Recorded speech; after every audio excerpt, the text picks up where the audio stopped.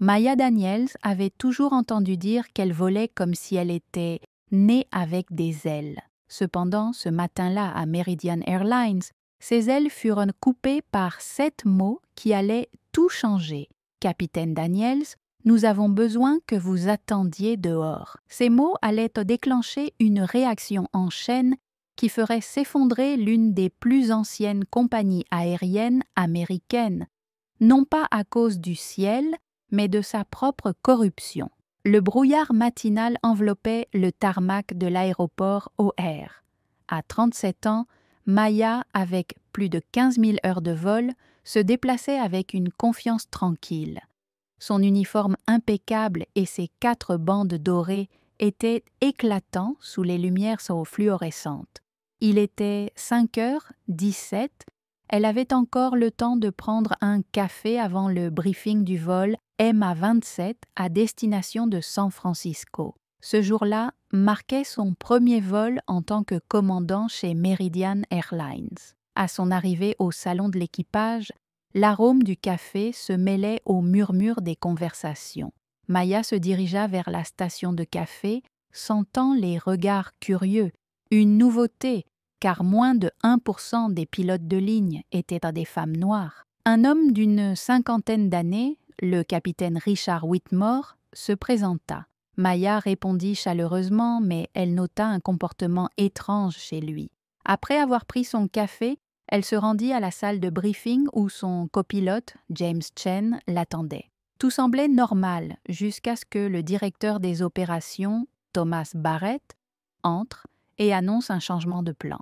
Richard prendrait le commandement du vol 207 et Maya devait attendre dehors. Elle demanda des explications, mais on lui répondit que c'était une question d'expérience. Malgré ses qualifications, on lui demanda de patienter. « Je suis ici depuis 3 ans et j'ai vu 4 nouveaux capitaines arriver, aucun n'ayant été retiré de son premier vol. » Une lourdeur familière s'est installée dans la poitrine de Maya.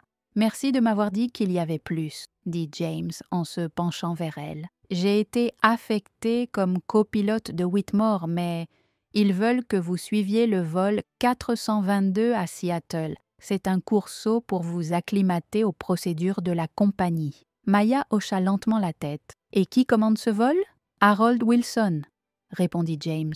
Le nom résonna dans sa tête.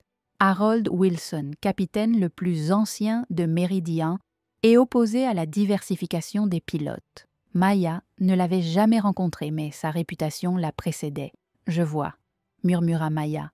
James ajouta « Si vous voulez déposer une plainte, je vous soutiendrai. » Maya hésita. Déposer une plainte dès le premier jour la marquerait comme difficile, quoi qu'il en soit. Elle avait appris à naviguer dans ces eaux. « Laissez-moi m'occuper du vol 422 d'abord, mais j'apprécie l'offre, James. » James hocha la tête en comprenant le calcul tacite. « Bonne chance avec Wilson. Il peut être démodé. » Maya rit presque. « J'ai déjà eu affaire à l'ancien. » Alors que James s'éloignait, le téléphone de Maya vibra. C'était un texto de sa sœur Zoé. « Frappe-les à mort le premier jour, je suis si fière de toi. » Maya sourit et répondit rapidement. « Tout va bien, je t'en parle ce soir. » Le vol 422 vers Seattle devint un purgatoire pour Maya. Le capitaine Wilson, un homme dans la soixantaine, avec des cheveux clairsemés et un air constamment renfrogné, la salua d'un hochement de tête, puis l'ignora pendant les préparatifs du vol. Peter Lawson, le premier officier, lançait des regards nerveux, mais restait silencieux. Maya observe la préparation minutieuse de Wilson, impressionnée malgré ses défauts. Mais lorsque le Boeing 337 s'éloigna de la porte, Wilson se tourna vers elle. « Je ne sais pas d'où vous venez, capitaine Daniels, mais chez Meridian, nous faisons les choses dans les règles. Pas de raccourcis. » Maya répondit calmement. « Je comprends, capitaine. La standardisation est essentielle à la sécurité. » Wilson grogna, visiblement déçu. Le vol fut court, mais Wilson ne manqua pas de la traiter avec condescendance. Maya encaissa l'humiliation en silence, se concentrant sur l'observation des procédures. Cependant, Wilson fit une erreur en entrant la mauvaise fréquence pour l'approche. Maya hésita, puis intervint calmement. « Capitaine, l'approche de Seattle est sur 28,35, pas 12 475. » Wilson vérifia la carte, ajusta la radio. « C'est correct, » dit-il sèchement. Le reste du vol fut marqué par des échanges tendus. Après l'atterrissage, Wilson surprit Maya en la complimentant. « Vous avez un bon œil. La plupart n'auraient pas remarqué. » Maya répondit froidement. « Merci, monsieur. » Il continua. « Une bonne prise ne fait pas de vous un matériau méridien. Cette compagnie a des normes. » Maya sentit une colère froide monter en elle, mais garda son calme. Les traditions évoluent. Wilson tourna enfin les yeux vers elle, glacial. « Pas chez Meridian ?» Le reste de la journée se passa dans un flou d'affront et d'hostilité. Après son retour à Chicago, Maya apprit qu'elle suivrait d'autres capitaines similaires. Le schéma était clair. Il la bizutait. Ce soir-là, Maya, seule dans son appartement, appela sa sœur en vidéo. Zoé, indignée, lui conseilla de les poursuivre en justice. Maya soupira. Être connue comme la femme noire qui a poursuivi son chemin dans le cockpit, je n'aurai jamais la confiance des équipages. Zoé insista. « Alors tu vas juste le prendre. »« Je n'ai pas dit ça, » répondit Maya avec une pointe de fermeté dans la voix. « Je ne poursuis pas encore. Je dois comprendre à quoi j'ai affaire. Cela semble organisé, systémique. Je dois savoir si c'est isolé ou si c'est plus vaste. » Zoé la mit en garde. « Sois prudente, ma sœur. Ces entreprises protègent les leurs. Je sais.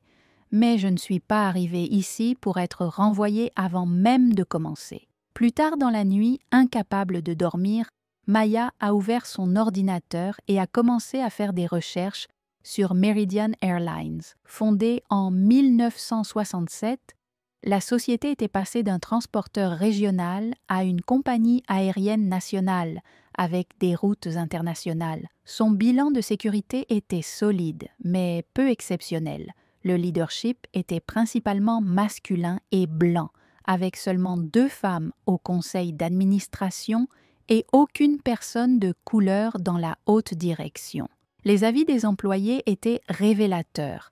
Les employés blancs et masculins laissaient des avis positifs, tandis que les femmes et les minorités mentionnaient souvent un réseau fermé et une ambiance peu accueillante sans détail. Maya a trouvé 3 poursuites pour discrimination dans la dernière décennie, toutes réglées à l'amiable, 2 impliquant des hôtesses de l'air et un superviseur d'équipage au sol hispanique. Elle a trouvé un article de presse de 8 mois mentionnant un examen de routine de la FAA sur les journaux de maintenance de Meridian. Bien que cela semble banal, Maya se souvint que Meridian venait d'élargir ses itinéraires internationaux et que ses équipes de maintenance étaient sous pression. Le lendemain matin, Maya se rendit à une mission d'observation sur un vol pour Denver en compagnie du capitaine Andrew Peterson. À sa surprise, il se montra cordial. Après avoir atteint l'altitude de croisière, il lui confia « Nous ne sommes pas tous d'accord sur la façon dont tu es traité. » Il lui conseilla de faire attention à certains collègues, notamment Barrett et Wilson, des amis de longue date.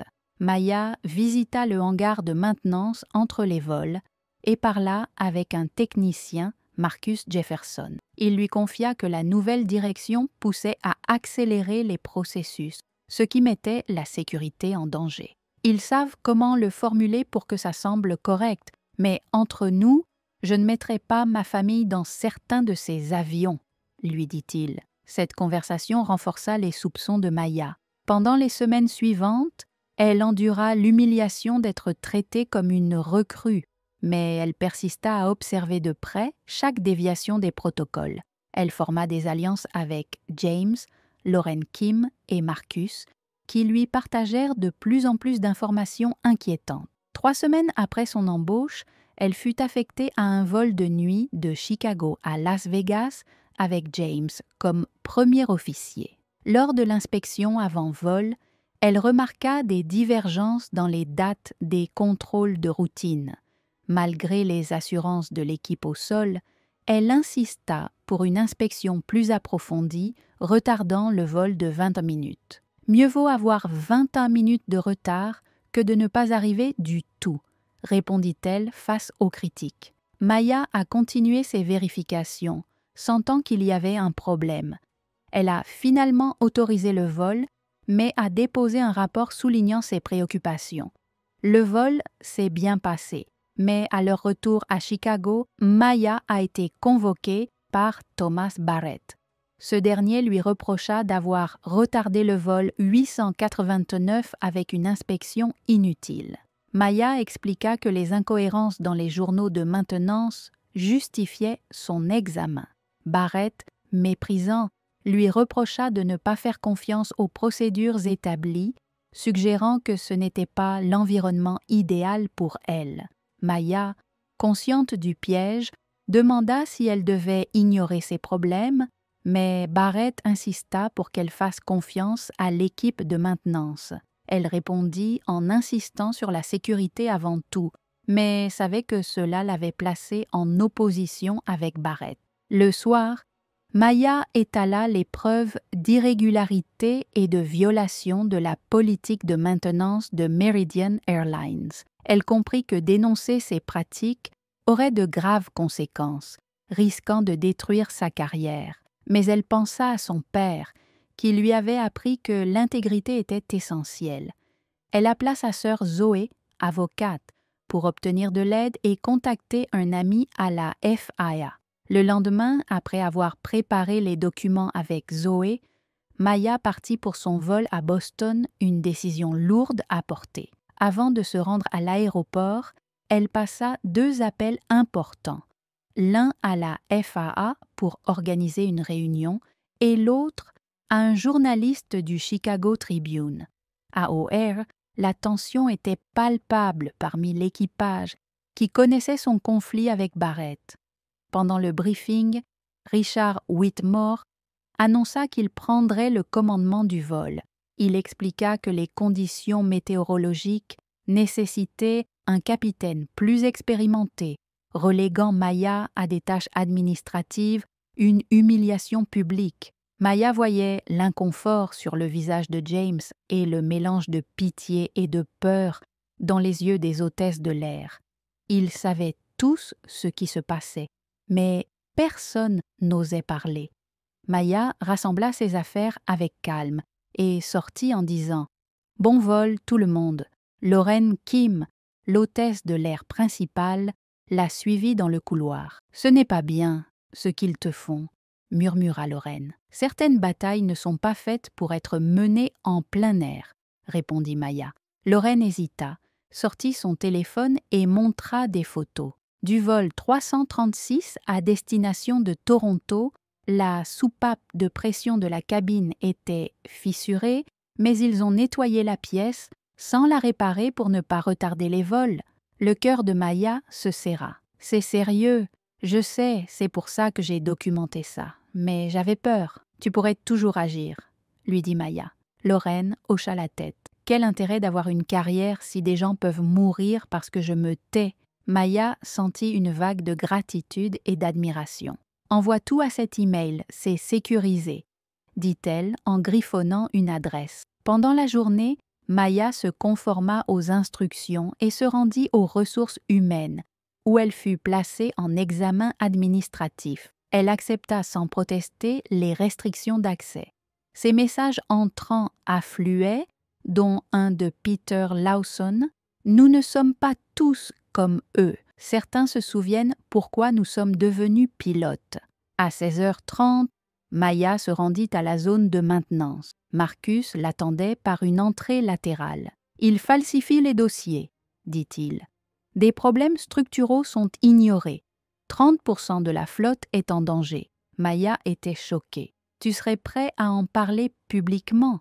La peur dans ses yeux en disait long. « Je ne peux pas être le visage de ça. » Maya comprit. « Tu n'as pas à l'être, » répondit-elle, acceptant une clé USB contenant des preuves. Cette nuit-là, Maya passa en revue les dossiers de Marcus, de Lorraine et d'autres employés.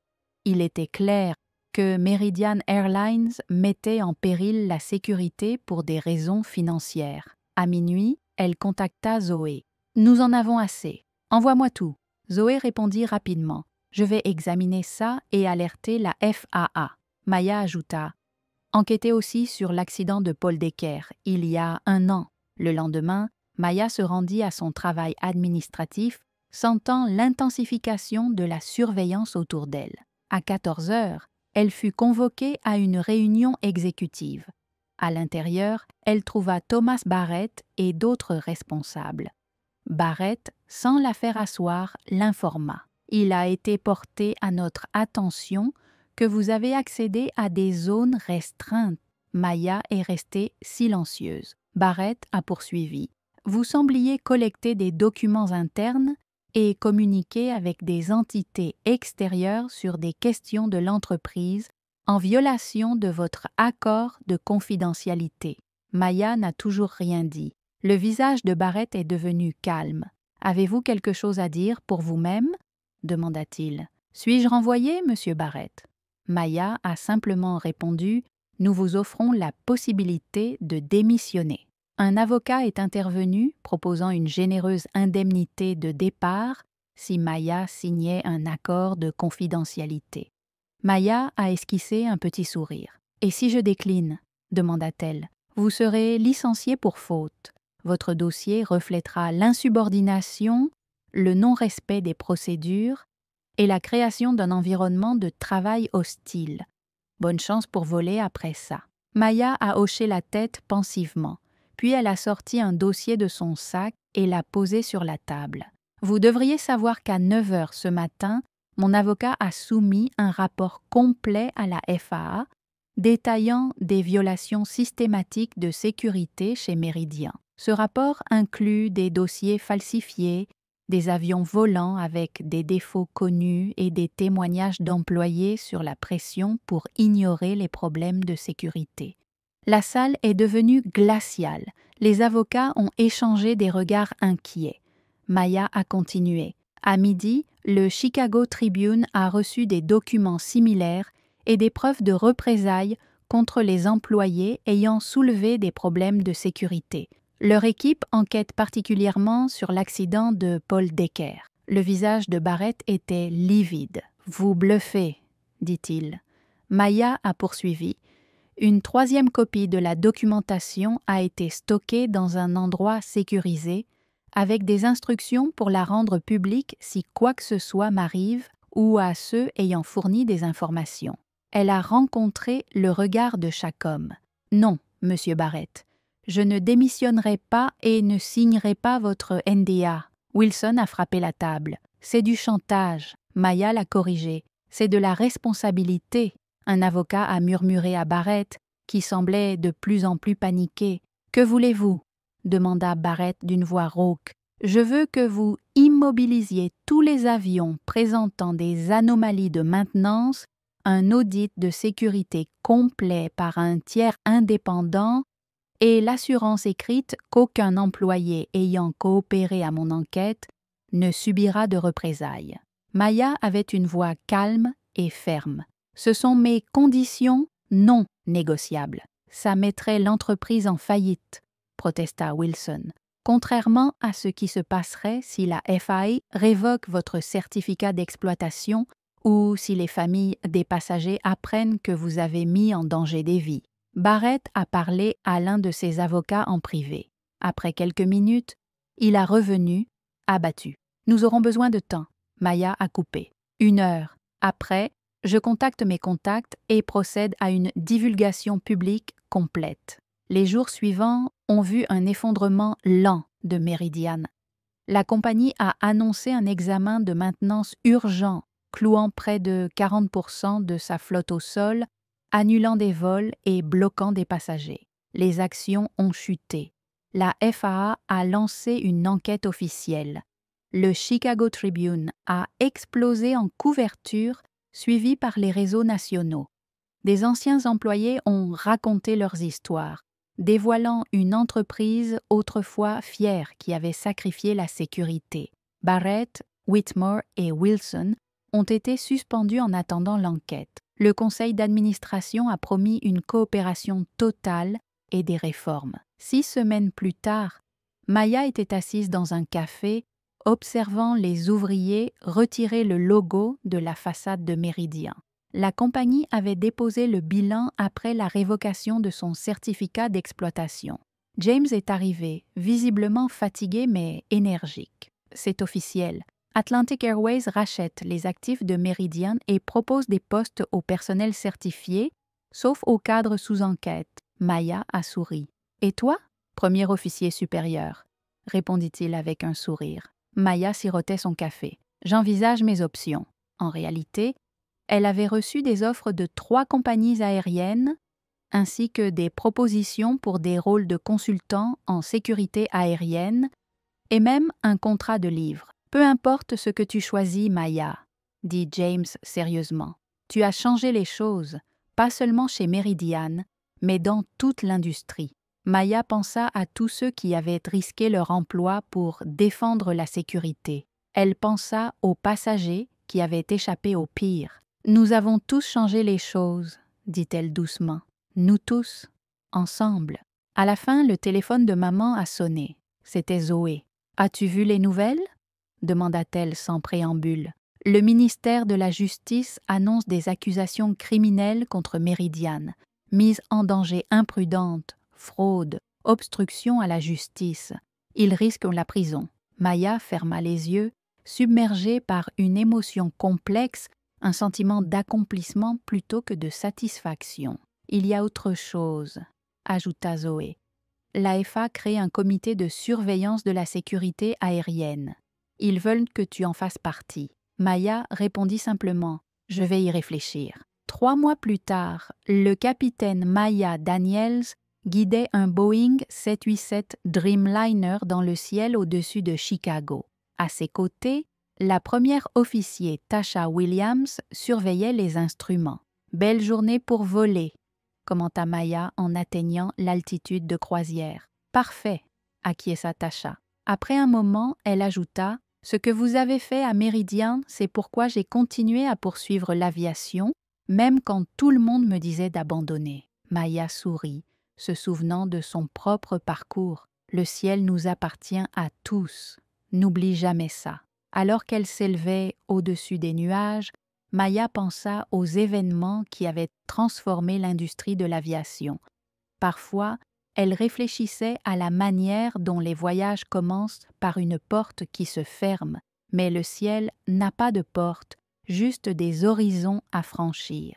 Tard le soir, en finissant son journal de bord dans le centre d'opération d'Atlantic, Maya remarqua une citation encadrée sur le mur. « La vérité n'est pas seulement une vertu, c'est une nécessité. Le ciel pardonne beaucoup de choses, mais jamais les mensonges. » Elle se souvint du jour où elle avait prononcé ces mots devant le Congrès. Ce moment l'avait forgée, lui donnant la force de dire la vérité même face à des hommes puissants. L'industrie de l'aviation changeait lentement.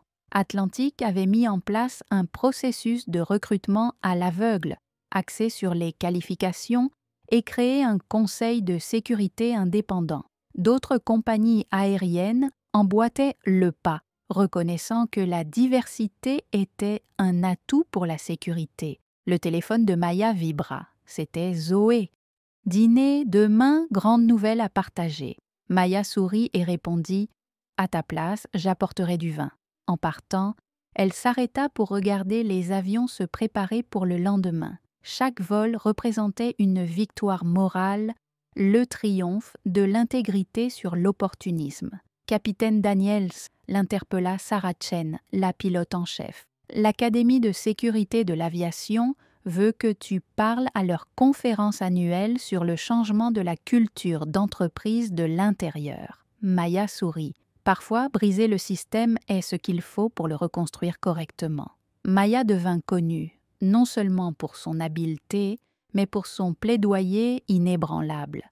Elle gardait son magazine non par vanité, mais pour se rappeler l'époque où les progrès semblaient lents, où les vieilles attitudes refaisaient surface. Ces jours-là, elle s'était tenue dans un couloir, attendant que d'autres décident de son sort. mais elle n'attendait plus. Elle avait appris aux autres à ne pas attendre non plus, ni pour la permission de dire la vérité, ni pour une place à la table des décisions.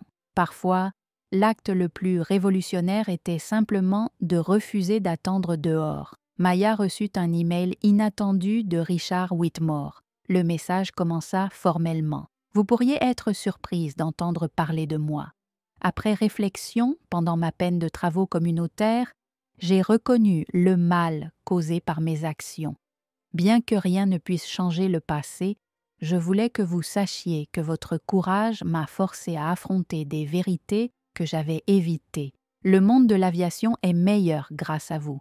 Je suis désolée. » Maya resta un long moment avec le message.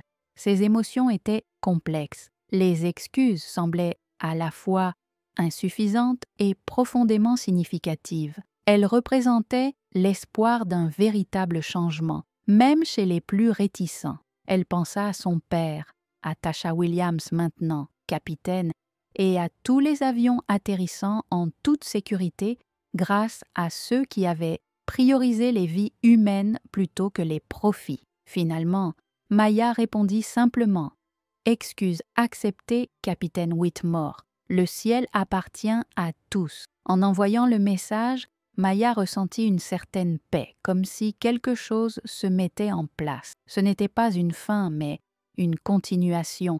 L'histoire de Meridian et sa chute était devenue une leçon d'éthique et de sécurité dans l'aviation. Mais l'histoire continuait, page après page, vol après vol. L'industrie, comme la société, restait imparfaite, toujours en lutte contre les préjugés et les intérêts divergents du profit et de la sécurité. Mais le changement s'était enraciné, poussant à travers les fissures des anciens systèmes. Quelque part au-dessus du paysage américain, le capitaine Maya Daniels guidait son avion dans un ciel sans limite, où la compétence, le courage et l'intégrité comptaient l'âne bien plus que la couleur des mains sur les commandes. L'horizon s'étendait devant elle, ouvert à toutes les possibilités. Maya sourit et vola.